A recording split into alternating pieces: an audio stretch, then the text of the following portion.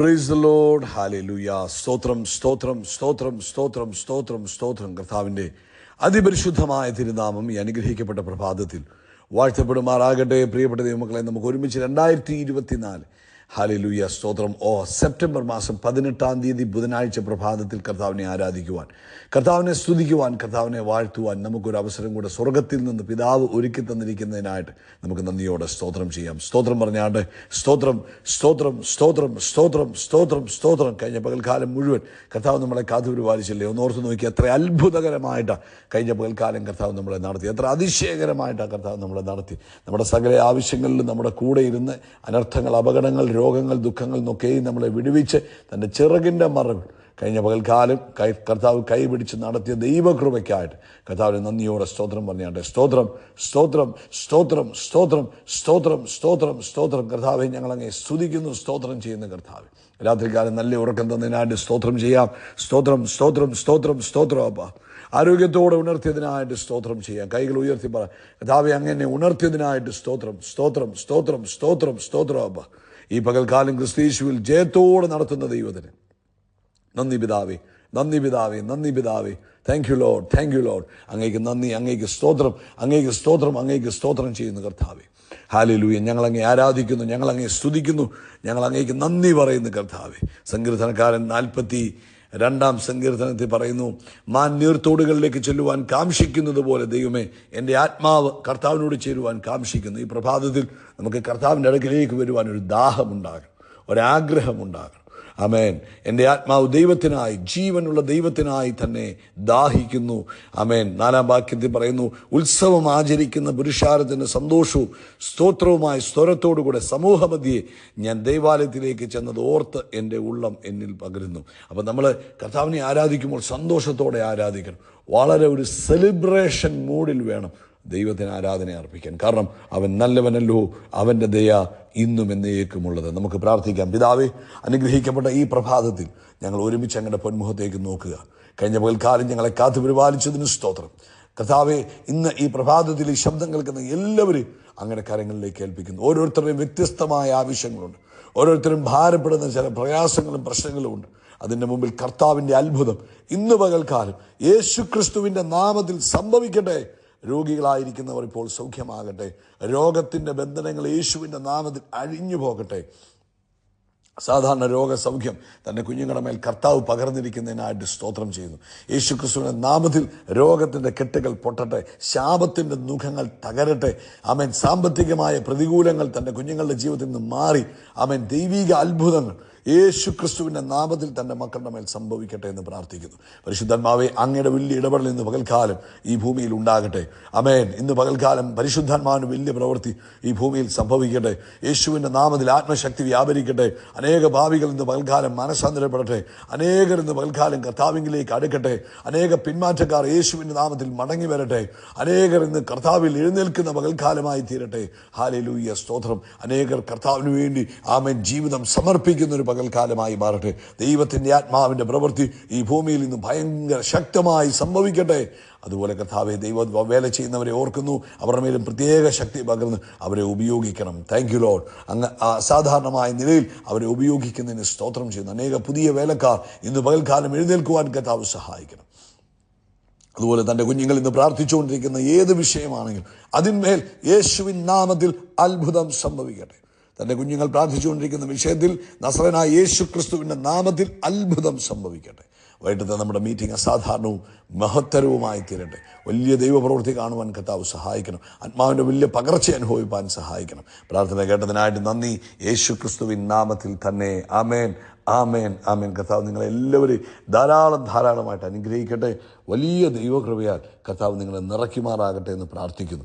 ഇന്ന് വൈകിട്ട് കർത്താവ് അനുവദിച്ചാൽ ഇന്ത്യൻ സമയം 9:30 നമ്മുടെ സ്പെഷ്യൽ മീറ്റിംഗ് ഉണ്ട്. നിങ്ങളെല്ലാവരും പ്രാർത്ഥിക്കണം. നിങ്ങൾ കർത്താവിനെ സ്നേഹിക്കുന്നു എങ്കിൽ ആമേൻ ഈ മീറ്റിങ്ങിന് വേണ്ടി പ്രത്യേകമായി പ്രാർത്ഥിച്ചിട്ട് ആമേൻ തക്ക സമയത്ത് നിങ്ങൾ അതിൽ പങ്കാളികളാകണം. അത് നിങ്ങളുടെ ജീവിതത്തിൽ അനുഗ്രഹമായി തീരും. നിശ്ചയമായിട്ടും ഗ്യാരണ്ടീഡ് ബ്ലെസ്സിംഗ് ആണ്. കർത്താവിൻ്റെ സന്നിധിയിൽ ഇരിക്കുന്നത് ഒരിക്കലും നഷ്ടപ്പെടത്തില്ല. അവൻ്റെ സന്നിധിയിൽ കഴിക്കുന്ന ഒരു നിമിഷം വേറെ 1000 നിമിഷങ്ങളേക്കാൾ ശ്രേഷ്ഠമാണ്. അപ്പോൾ ഇന്ന് വൈകിട്ടത്തെ മീറ്റിങ്ങിൽ നിങ്ങൾ പങ്കെടുക്കുമ്പോൾ നിങ്ങളുടെ ജീവിതത്തിൽ ലഭിക്കാവുന്ന മറ്റേത് സമയത്തേക്കാളും ശ്രേഷ്ഠമായ സമയമാണ് കർത്താവിൻ്റെ കൂടെ ഇരിക്കുന്നത്. അതുകൊണ്ട് തക്ക സമയത്ത് ജോയിൻ ചെയ്യണം, പ്രാർത്ഥിക്കണം, മറ്റുള്ളവരോട് നിങ്ങൾ ആ വിവരങ്ങൾ പങ്കുവെക്കണം. സന്തോഷ വാർത്ത നിങ്ങൾ അറിയിക്കണം. നിങ്ങളുടെ ജീവിതത്തിൽ ഈ മീറ്റിങ്ങുകളിലൂടെ ലഭിച്ച നന്മകൾ നിങ്ങൾ പറയണം. നിങ്ങളിലേക്ക് തന്നെ ഒതുക്കി വെക്കാതെ മറ്റുള്ളവരെ കൂടെ ഇൻഫോം ചെയ്യണം കേട്ടോ. കർത്താവ് അനുഗ്രഹിക്കട്ടെ.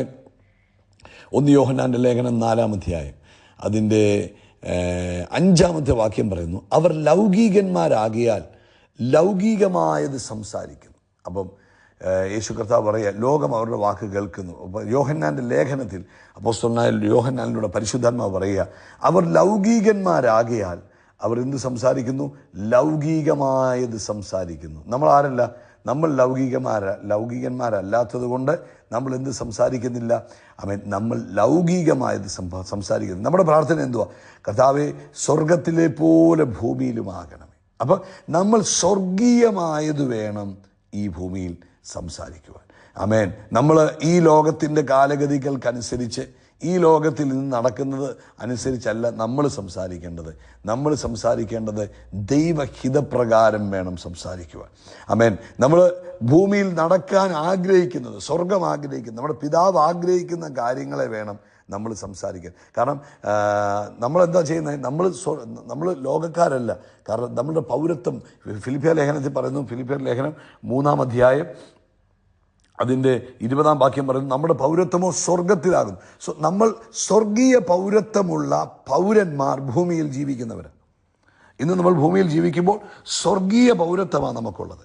ആമേൻ. ആ സ്വർഗീയ പൗരത്വം നമുക്കുള്ളത് കൊണ്ട് നമ്മൾ ഭൂമിയിൽ സ്വർഗീയ പൗരന്മാരാണ്. അപ്പോൾ നമ്മൾ ഭൂമിയിൽ സ്വർഗീയ പൗരന്മാരാണ്. നമ്മൾ ആ പൗരത്വം നമുക്കുള്ളത് കൊണ്ട് നമ്മൾ സ്വർഗത്തിലെ കാര്യങ്ങൾ വേണം ഭൂമിയിൽ സംസാരിക്കുവാൻ. യോഹന്നാന്റെ സുവിശേഷം 3-ാം അധ്യായത്തിൻ്റെ 31-ാം വാക്യത്തിൽ യേശു കർത്താവ് ഇങ്ങനെ പറഞ്ഞു, മേലിൽ നിന്ന് വരുന്നവർ എല്ലാവർക്കും മീതെ ഉള്ളവൻ, ഭൂമിയിൽ നിന്നുള്ളവൻ ഭൗമികനാകുന്നു. ഭൂമിയിൽ നിന്നുള്ളവൻ ഭൗമികൻ. നമ്മൾ ഭൂമിയിൽ നിന്നല്ല, നമ്മൾ വീണ്ടും ജന്മം പ്രാപിച്ചപ്പോൾ നമ്മൾ ഉയരത്തിൽ നിന്ന് ജനിച്ചത് കൊണ്ട് നമ്മൾ ഉയരത്തിൽ നിന്ന് വന്നവരാണ്. അപ്പോൾ ഭൗമികമായത് സംസാരിക്കുന്നു. അതായത് ഈ ലോകത്തിലെ ഇല്ലായ്മകളെക്കുറിച്ച് പറയുന്നു, രോഗങ്ങളെക്കുറിച്ച് പറയുന്നു, ഈ ലോകത്തിലെ സാഹചര്യങ്ങൾ അനുസരിച്ച് അവർ സംസാരിക്കുന്നു. സ്വർഗത്തിൽ നിന്ന് വരുന്നവൻ എല്ലാവർക്കും മീതെയുള്ളവൻ ആയി താൻ കാണുകയും കേൾക്കുകയും ചെയ്തത് സാക്ഷീകരിക്കുന്നു. അതായത് യേശു സംസാരിച്ചൊന്നും ഈ ഭൂമിയിലെ കാര്യങ്ങളല്ല, യേശു സംസാരിച്ചതല്ല, ഉയരത്തിലെ കാര്യങ്ങളാണ് സംസാരിച്ചു. അതുപോലെ ഞാനും നിങ്ങളും ഈ ഭൂമിയിലായിരിക്കുമ്പോൾ നമ്മുടെ ജീവിതം മാറി മറിയണം, നമ്മുടെ സാഹചര്യങ്ങൾ മാറി മറിയണം, നമ്മുടെ ചുറ്റുപാടുകൾ മാറി മറിയണം. അപ്പം നമ്മൾ എന്ത് ചെയ്യണം? നമ്മുടെ നാവ് ഉപയോഗിച്ച് ഉയരത്തിലേ സംസാരിക്കണം. നിങ്ങളുടെ കൊലോസ്യ ലേഖനം 3-ാം അധ്യായത്തിൽ പറയുന്നു, നമ്മൾ ഉയരത്തിലെ തന്നെ ചിന്തിക്കണം. അപ്പം നമ്മൾ എന്ത് ചിന്തിക്കുന്നു? ഉയരത്തിലെ. അത് തന്നെ നമ്മൾ ഭൂമിയിൽ സംസാരിക്കണം. കർത്താവിൻ്റെ ഇഷ്ടം എന്താണോ ഭൂമിയിൽ നടക്കേണ്ടത് അത് കാണണം. അയ്യോ, എല്ലാം പാപം കൊണ്ട് നിറഞ്ഞു നിൽക്കുക, മ്ലേച്ഛത കൊണ്ട് നിറഞ്ഞു നിൽക്കുക എന്നല്ല പറയണം. യേശുവിൻ്റെ നാമത്തിൽ പാപത്തിൻ്റെ ശക്തികൾ, മ്ലേച്ഛതകളുടെ ശക്തികൾ മാറിപ്പോകട്ടെ. ദൈവത്തിൻ്റെ മഹിമ ഭൂമിയിൽ വെളിപ്പെട്ടിരിക്കുന്നു. കാരണം നമ്മൾ നിൽക്കുമ്പോൾ ദൈവത്തിൻ്റെ മഹിമയാണ് അവിടെ ഉള്ളത്. അതുപോലെ ഇപ്പം നമ്മൾ പറയാം, എല്ലാം പ്രശ്നമാണ്, ഒരു വഴിയും ഇല്ല, എല്ലാം അടഞ്ഞിരിക്കുക, പ്രശ്നങ്ങളാണ്. അങ്ങനെയല്ല പറയുന്നത്. യേശുക്രിസ്തുവിൻ്റെ നാമത്തിൽ ഇവിടെ സാഹചര്യങ്ങൾ അനുകൂലമാകും, ദൈവമക്കൾക്ക് അനുകൂലമായ സാഹചര്യങ്ങൾ ഉണ്ടാകും. ആമേൻ. നന്മകൾ ഉണ്ടാകും. ഇതാണ് നമ്മൾ പറയേണ്ടത്. അല്ലെങ്കിൽ നമ്മൾ വാർത്തകളിൽ കേൾക്കുന്നതും ന്യൂസ് പേപ്പറുകളിൽ വായിക്കുന്നതും നമ്മൾ നിരന്തരം പറഞ്ഞുകൊണ്ടിരിക്കുമ്പോൾ നമ്മൾ അതാണ് കാണാൻ പോകുന്നത്. എന്നാൽ ദൈവഹിതമായ ഉയരത്തിൽ നിന്ന് വന്ന നമ്മൾ ഉയരത്തിലുള്ളത്, പിതാവിൻ്റെ ഹൃദയത്തിലുള്ളത്, പരിശുദ്ധാത്മാവിൻ്റെ നിറവിൽ നമ്മൾ ഭൂമിയിൽ വിളിച്ചു പറയുന്നവരായിരിക്കും. നിങ്ങളുടെ ഭവനത്തെക്കുറിച്ച് നിങ്ങൾ പറയേണ്ടത് അവിടെ നടന്നുകൊണ്ടിരിക്കുന്നതല്ല, നിങ്ങൾ എന്ത് കാണാൻ ആഗ്രഹിക്കുന്നു. ദൈവം എന്ത് നിങ്ങളുടെ കുടുംബത്തെക്കുറിച്ച് ആഗ്രഹിക്കുന്നു. ഉദാഹരണം പറഞ്ഞാൽ, നിങ്ങളുടെ കുഞ്ഞുങ്ങളെക്കുറിച്ച് കർത്താവ് ആഗ്രഹിക്കുന്നത് അവർ മേശയ്ക്ക് ചുറ്റും ഉലവിതകളായിരിക്കണം, അവർ യഹോവയാൽ ഉപദേശിക്കപ്പെട്ടവരായിരിക്കണം, അവരുടെ സമാധാനം. അങ്ങനെ തന്നെ പറയുക. അങ്ങനെ തന്നെ ഈ ചെറുക്കൻ നന്നാകത്തില്ല, അവൻ ലോകത്തിൻ്റെ പുറകെ പോയി, അയ്യോ അവൻ പഴച്ചു പോയി, അവൻ കൂട്ടുകെട്ടി കൂടിപ്പോയി എന്നല്ല പറയും. അവൻ യഹോവയാൽ ഉപദേശിക്കപ്പെട്ടവനാണ്, അവനെക്കുറിച്ചുള്ള ദൈവത്തിൻ്റെ പദ്ധതി ഇതാണ്. അത് തന്നെ വിളിച്ചു പറയുക. അങ്ങനെ പറയുമ്പോൾ ആ സ്ഥിതികൾ അങ്ങ് മാറും. നിങ്ങൾ ഉയർച്ച പ്രാപിക്കുമെന്ന് പറയുക. നിങ്ങൾ താഴ്ച പ്രാപിക്കുന്ന കാര്യത്തെക്കുറിച്ചല്ല പറയേണ്ടത്. അവൻ രോഗത്തെക്കുറിച്ചല്ല, രോഗസൗഖ്യം നൽകുന്നവനെക്കുറിച്ച് പറയുക. യേശുവിൻ്റെ അടിപ്പിണരുകളെക്കുറിച്ച് പറയുക. ഇത് നമ്മുടെ ഒരു ശീലമായി മാറണം. സ്വർഗത്തിൽ എന്ത് സംഭവിക്കുന്നു അത് ഭൂമിയിൽ സംഭവിക്കട്ടെ. അതിന് നമ്മുടെ നാവിനെ ദൈവം ഉപയോഗിക്കട്ടെ. ശക്തമായിട്ട് പറയുക. കർത്താവ് നിങ്ങളെ അനുഗ്രഹിക്കട്ടെ. യേശുക്രിസ്തുവിൻ്റെ നാമത്തിൽ അത്ഭുതങ്ങൾ നടക്കും, അടയാളങ്ങൾ നടക്കും, വീര്യപ്രവൃത്തികൾ നടക്കും. നമ്മൾ അത്ഭുതമായി മാറും. We are blessed. We are really blessed. We are permanently blessed and highly favored. God bless you. God bless you. God bless you. We are surrounded with the favor of God.